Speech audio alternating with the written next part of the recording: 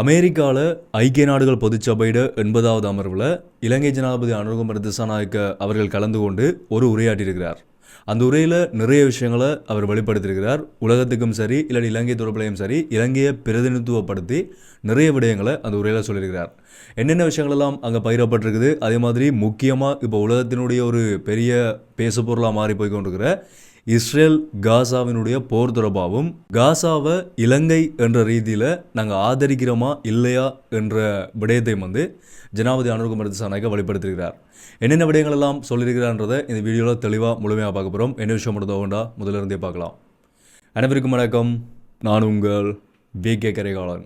அதே நேரத்தை பார்க்குறதுக்கு முதல் என்னோட சேனலுக்கு தான் புதுசாக பார்த்து கொண்டு வந்தீங்கன்னு சொன்னால் இந்த மாதிரி தொடர்ச்சியான நியூஸ் அப்டேட்ஸ் அது மாதிரி இன்ஃபர்மேட்டிவ் வீடியோஸை தொடர்ச்சியாக பார்க்கணும்னு சொன்னால் மறக்காம சப்ஸ்கிரைப் பண்ணி இந்த பெல்லைக்கனை கிளிக் பண்ணி ஆல் ஆப்ஷன் வச்சுக்கொள்ளுங்க. அப்போ நான் அப்லோட் பண்ணுற வீடியோஸ் எல்லாமே தொடர்ச்சியாக உங்களுக்கு கொடுங்க நோட்டிஃபிகேஷன்ஸாக வரும்.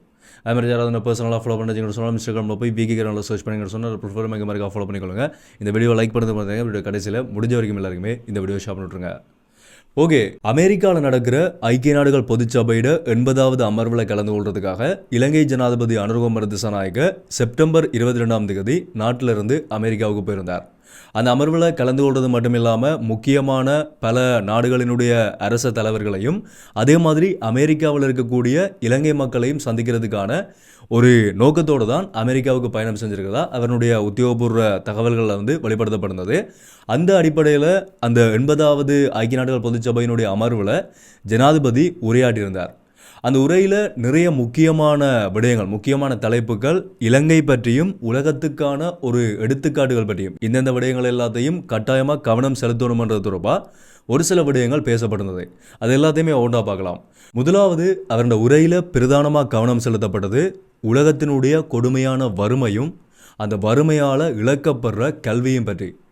உலகத்தில் இன்றைக்கி நாங்கள் எல்லா நாடுகளுமே ஒரு முற்போக்கான நிலைமைக்கு போகிறதுக்கு முயற்சி செய்து கொண்டிருக்கிறோம். உலகமே ஒரு முற்போக்கான பக்கத்தில் போய் கொண்டிருக்குது.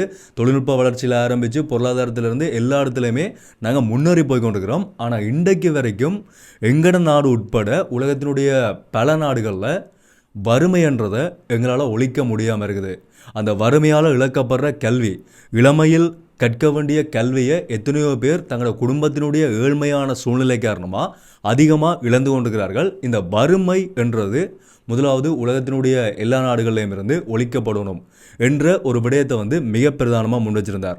இங்கே கூடியிருக்கக்கூடிய இந்த 80வது அமர்வில் இருக்கக்கூடிய அனைத்து நாடுகளும் வறுமை என்றதில் எல்லாருமே நாங்கள் அதிகமாக கவனம் செலுத்தணும், அதிகமான திட்டங்களை நாங்கள் அதுக்குள்ளே உருவாக்கி அதை ஒழிக்கிறதுக்கான செயல்பாடுகளை முன்னெடுக்கணும்னு சொல்லி வறுமை என்றது அவருடைய உரையில் மிக பிரதானமான ஒரு தலைப்பாக இருந்ததை எங்களால் பார்க்கக்கூடிய மாதிரி இருந்தது. அந்த வறுமைக்குள்ளே ஆரம்பித்து போதைப் பொருளிலிருந்து சகல டிஜிட்டல் தொழில்நுட்பம் வரைக்கும் எல்லா விஷயத்தையுமே தெளிவாக விளக்கி கூறியிருந்தார். அதை நான் சிம்பிளாக சொல்லியிருக்கிறேன். ஆனால் முழுமையான விடயங்களும் ஜனாதிபதி அனுரகுமார திசாநாயக்காவால் அந்த 80வது அமர்வில் சொல்லப்பட்டது. ரெண்டாவது அவர் கழிச்ச விஷயம் போதைப் பொருளை பற்றி.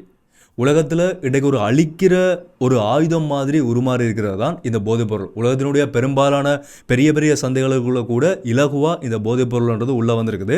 அந்தளவுக்கு ஒரு மிக மோசமான அழிக்கக்கூடிய போதைப் பொருளாக இது மாறி இருக்குது. நிறைய இளைஞர்களுடைய சமுதாயத்தை அழிச்சு கொண்டிருக்குது.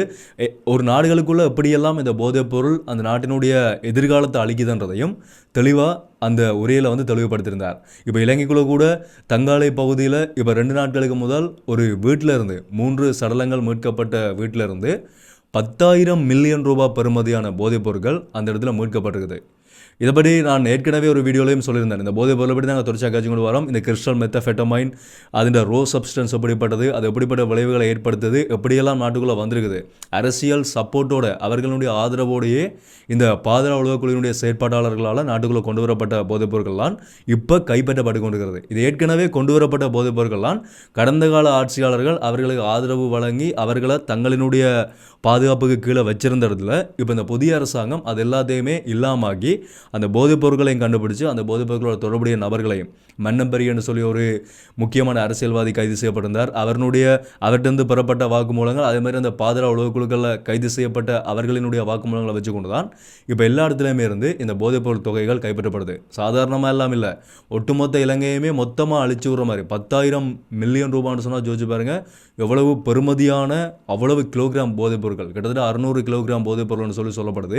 இதெல்லாம் இலகுவாக நாங்கள் கடந்த கடந்து போகக்கூடிய செய்திகளை அதனால் பார்க்க முடியாது. தொடர்ச்சியாக நாங்கள் அதை பற்றி திரும்ப திரும்ப கழிச்சு கொண்டே இருக்கும்போது அது ஒரு சலிப்பு ஏற்படுத்துகிற விஷயமாக கூட இருக்குமன்றதுனால தான் நான் அதுக்கான ஒரு தனியான வீடியோ நான் போஸ்ட் பண்ணலை. ஆனால் எல்லா வீடியோக்களையுமே நான் சொல்லியிருக்கிறேன். இந்த போதைப் பொருட்களினுடைய ஆபத்துன்றது, இது ஏற்படுத்தப்படுற விளைவுன்றது நாங்கள் நினச்சி பார்க்க முடியாத ஒரு பெரிய விளைவாக தான் அதை ஏற்படுத்த பண்ணுறது. ஸோ அப்படிப்பட்ட போதைப் பொருளை கட்டாயமாக நாங்கள் அழிக்கணும் என்ற விடயத்தில் அந்த உரையில் ஜனாதிபதி அனுரகுமார திசாநாயக்க கவனம் செலுத்தியிருந்தார். மூன்றாவது விஷயம் ஊழல் பற்றி கழிச்சிருந்தார். இவர் கழிச்ச விடயங்கள் எல்லாமே முக்கியமாக ஒரு நாட்டினுடைய எதிர்காலத்தை சரியாக கட்டமைக்கணுமென்ற ஒரு அடிப்படையில் இலங்கைக்குள்ளே முக்கியமாக அவர் இலங்கையை பிரதிநிதித்துவப்படுத்தினதால் இலங்கைக்குள்ளே அவர்களால் செய்யப்படுற செயல்பாடுகளை தான் அவருடைய உரையில் ஒவ்வொன்றாக வெளிப்படுத்தியிருந்தார். ஊழலை பற்றி சொன்ன விஷயம் என்னென்னு சொன்னால், ஊழலுக்கு எதிரான போராட்டம்ன்றது ஆபத்தானது, ஆனால் ஊழலுக்கு எதிராக போராடாமல் இருக்கிறதுன்றது அதை விட ஆபத்தானதுன்னு சொல்லி ஒரு முக்கியமான விடயத்தை சொல்லியிருந்தார். கட்டாயமாக உலகத்தினுடைய நாடுகளில் ஊழல்கள் ஒழிக்கப்பட்டே ஆகணும். ஊழல்கள் ஒழிக்கப்பட்டு நாங்கள் ஒரு அரசியல் தலைவர்களாக தேர்ந்தெடுக்கப்பட்டிருக்கிறது ஊழல் செய்கிறதுக்காக இல்லை, ஊழலற்ற சமுதாயத்தை உருவாக்கி மக்களுக்கு சேவை செய்கிறதுக்காக மட்டும்தானே தவிர ஊழல் எதுவுமே இல்லாமல் ஒரு நல்ல நாட்டுக்கான ஒரு தலைவர்களாக நாங்கள் உருவாக்கப்பட்டு அந்த ஊழலுக்கான சட்டங்கள் உருவாக்கப்பட்டு அதெல்லாமே இல்லாதொழிக்கப்படணும் என்ற ஒரு விடயத்தை அந்த உரையில் முன் வச்சிருக்கிறார். இந்த ஊழல் தொடர்பாக ஜனாதிபதி ஆற்றின உரையில் அதை வாசிக்க எனக்கு நல்லா பிடிச்சு கொண்ட ஒரு பகுதி என்னென்னு சொன்னால், நல்லா ஒரு விஷயத்த சொல்லியிருந்தார். என்னென்னு சொன்னால், நாங்கள் ஒரு சிறிய ஒரு நாடு, நான் இலங்கை என்ற ஒரு சிறிய அழகான தீவைத்தான் பிரதிநிதித்துவப்படுத்தி இந்த 80வது அமர்வில் கலந்து கொண்டிருக்கிறேன். எங்கள் நாட்டில் 22 மில்லியன் மக்கள் வாழ்கிறார்கள். உலகத்தினுடைய சனத்தொகையோடு ஒப்பிட்டு பார்க்கும்போது நாங்கள் 0.3% மக்கள் தொகையை கொண்ட ஒரு சிறிய நாடு தான். ஆனால் அந்த சிறிய நாட்டுக்குள்ளே ஊழலுக்கு எதிரான போராட்டத்தை இப்போ நாங்கள் ஆரம்பிச்சிருக்கிறோம். முக்கியமான செயல்பாடுகளை நாங்கள் முன்னெடுத்திருக்கிறோம். கண்டிப்பாக இதில் நாங்கள் வெற்றி காணுவோம். ஒரு ஊழலற்ற ஒரு அரசாங்கத்தை நாங்கள் உருவாக்குவோம். அதுக்கான நம்பிக்கையை கடந்த காலத்தில் தேர்தலில் மக்கள் எங்கள் மேலே வச்சிருக்கிறார்கள்னு சொல்லி ஒரு விடயத்தை சொல்லியிருந்தார். அதில் அவர் சொன்ன அந்த 0.3% மக்கள் மட்டுமே வாழ்கிற ஒரு தீவு, இதுதான் இலங்கைக்குள்ளே எல்லாருக்குமே வர வேண்டிய ஒரு மனநிலைன்னு சொல்லி நான் நினைக்கிறேன். உலகத்தில் நாங்கள் ஒரு சின்ன ஒரு நாடாக இருக்கிறோம், நாங்கள் நினச்சா என்ன ஆக போகுது, இந்த சொல்வார்களானே சிறு துளி பெருவெள்ளம் என்ற மாதிரி ஒரு சின்ன ஒரு முதல் படி தான் ஏனைய எல்லா செயல்பாடுகளுக்குமான ஒரு ஆரம்பப்படியாக இருக்கும். அதுக்கு பிறகு பின்னால் வரக்கூடியவர்கள் எல்லாருமே அதை பின்தொடர்ந்து வருவார்கள். ஆனால் அந்த முதல் படியை யார் எடுத்து வைக்கிறன்றதான் அங்கே இருக்கக்கூடிய ஒரு முக்கியமான கேள்வி. அந்த படியை நாங்கள் படுத்து வச்சிருக்கிறோம். அதே மாதிரி உலகத்தினுடைய எல்லா நாடுகளும் ஊழலுக்கு எதிரான போராட்டத்தை ஆரம்பிக்கணும், ஊழலை முழுமையாக இல்லாமல் அழிக்கணும் என்ற மாதிரி ஒரு விடயத்தை சொல்லியிருந்தார். ஓகே, அடுத்ததாக அவருடைய உரையில் சொல்லப்பட்ட விடயம் என்னென்னு சொன்னால், யுத்தம் தொடர்பாக. உலகத்தினுடைய யுத்தம்ன்றது எப்போவுமே யாராலையுமே ஏற்றுக்கொள்ள முடியாத ஒரு கசப்பான விடயம். நாங்கள் 30 வருட காலமாக எங்கள் நாட்டுக்குள்ளே யுத்தம் என்ற ஒரு கசப்பான அனுபவத்தை பெற்றுனாங்கன்ற வகையில் யுத்தத்தை நாங்கள் முழுமையாக தவிர்க்கணும் என்ற ஒரு கருத்தை இந்த இடத்துல நான் முன்வைக்கிறேன்னு சொல்லி ஒரு விடயத்தை அங்கே வெளிப்படுத்தியிருக்கிறார். இப்போ இஸ்ரேலுக்கும் பாலஸ்தீனத்துக்கும் நடந்து கொண்டிருக்கக்கூடிய அந்த போர், பாலஸ்தீனத்தில் காசாவில் மக்கள் மில்லியன் கணக்கான மக்கள் கொத்தாக கொல்லப்பட்டு கொண்டிருக்கிறார்கள். அதிகமாக ஒரு மிக கொடுமையான ஒரு யுத்தத்தை நாங்கள் எங்களை கண்ணுக்கு முன்னாலேயே பார்த்து கொண்டிருக்கிறோம். ஒரு இனவாதத்துக்காகவும் ஒரு இடத்தை அழிக்கணுமென்ற நோக்கத்தில், ஒரு இனத்தையோ ஒரு இடத்தையோ அழிக்கணுமென்ற நோக்கத்தில் நடந்து கொண்டிருக்கக்கூடிய இந்த யுத்தம் கட்டாயமாக நிறுத்தப்படணும். இருதரப்பு பேச்சுவார்த்தைகள், இரண்டு பக்கமுமே இருக்கக்கூடிய பயண கைதிகளினுடைய விடுவிப்பு, அதே மாதிரி என்ன விடயங்கள் அங்கே பேசி தீர்க்கப்படணுமோ அந்த விடயங்கள் பேசி தீர்க்கப்பட்டு இந்த யுத்தம் உடனடியாக முடிவுக்கு கொண்டு வரப்படணும் என்று சொன்னது மட்டும் இல்லாமல், நாங்கள் பாலஸ்தீனத்தை, காசாவை ஒரு தனி நாடாக, மக்கள் அங்கே சுதந்திரமாக இருக்கக்கூடிய ஒரு நாடாக ஆதரிக்கிறோம்னு சொல்லியும் ஒரு விடயத்தை அந்த 80வது அமர்வில் அவருடைய உரையில் சொல்லியிருக்கிறார். இது முக்கியமாக பார்க்கப்பட்ட ஒரு விஷயமாக மாறி இருக்குது. இப்போ உலகத்தினுடைய முக்கியமான நாடுகள் ஃப்ரான்ஸ், அதே மாதிரி இந்த மாதிரியான நாடுகள் எல்லாமே இந்த பாலஸ்தீனத்துக்கு ஆதரவாக தங்களினுடைய வாக்களிப்புகளை மேற்கொண்டு வருகிறார்கள், தங்களுடைய கருத்துக்களை வெளியிட்டு கொண்டிருக்கிறார்கள். அதனாலேயே தான் அவர்களுக்கு எதிரான பழிவாங்கல்களும் நீங்கள் பார்த்துருப்பீங்க. இந்த 80வது அமர்வுக்காக பிரான்ஸினுடைய ஜனாதிபதி அமெரிக்காவுக்கு போகிற நேரத்தில் அமெரிக்காவுடைய ஜனாதிபதி டொனால்ட் ட்ரம்பினுடைய அந்த வாகன அணிவகுப்பு அங்கே வந்த இடத்துல பிரான்ஸ் ஜனாதிபதி அங்கே தடுத்து நிறுத்தப்பட்டு அவர் நடந்தே 80வது அமர்வுக்கு உள்ளே போயிருந்தார். அந்த விடயம் பெரிய அளவில் சோஷியல் மீடியாவில் பேசப்பட்டது. ஸோ அந்த மாதிரி நிறைய விஷயங்கள் இந்த பாலஸ்தீனத்துக்கு ஆதரவாக செயல்படும் போது அந்த இஸ்ரேலுக்கு ஆதரவாக இருக்கக்கூடிய நாடுகள் இவர்களுக்கு எதிராக திரும்புறதையும் எங்களால் பார்க்கக்கூடிய மாதிரி இருக்குது. அதே மாதிரி இந்த 80வது அமர்வில் பார்த்த இன்னொரு விஷயம்தான், அமெரிக்க ஜனாதிபதி டொனால்ட் ட்ரம்ப் அங்கே உரையாற்றுறதுக்கு போகும்போது அங்கே டெலிப்ராம்டர் வேலை செய்யலை, அதே மாதிரி சவுண்ட் சிஸ்டமும் வேலை செய்யலை. அவர் கடைசியாக அங்கே போய் மேலே போகிறதுக்காக போகும்போது அந்த 80வது அமர்வு நடந்த இடத்துல போகிறதுக்காக வெளியேறும் போது அவருடைய எஸ்கலேட்டரும் வேலை செய்யலை, மேலே போகிறதுக்கான அந்த படிகள் வந்து வேலை செய்யலை. அந்த மாதிரி இந்த விஷயங்கள் தொடர்பாக இப்போ அவர் விசாரணைகள் மேற்கொள்ளப்படணும் பண்ணுற மாதிரியும் ஒரு விடயத்தை வந்து தெரிவிச்சிருக்கிறார். எதுக்காக திட்டமிட்ட மாதிரி இதெல்லாமே அங்கே ஒர்க் ஆகலைன்னு சொல்லியும் ஒரு கேள்வியை வந்து எழுப்பியிருக்கிறார்.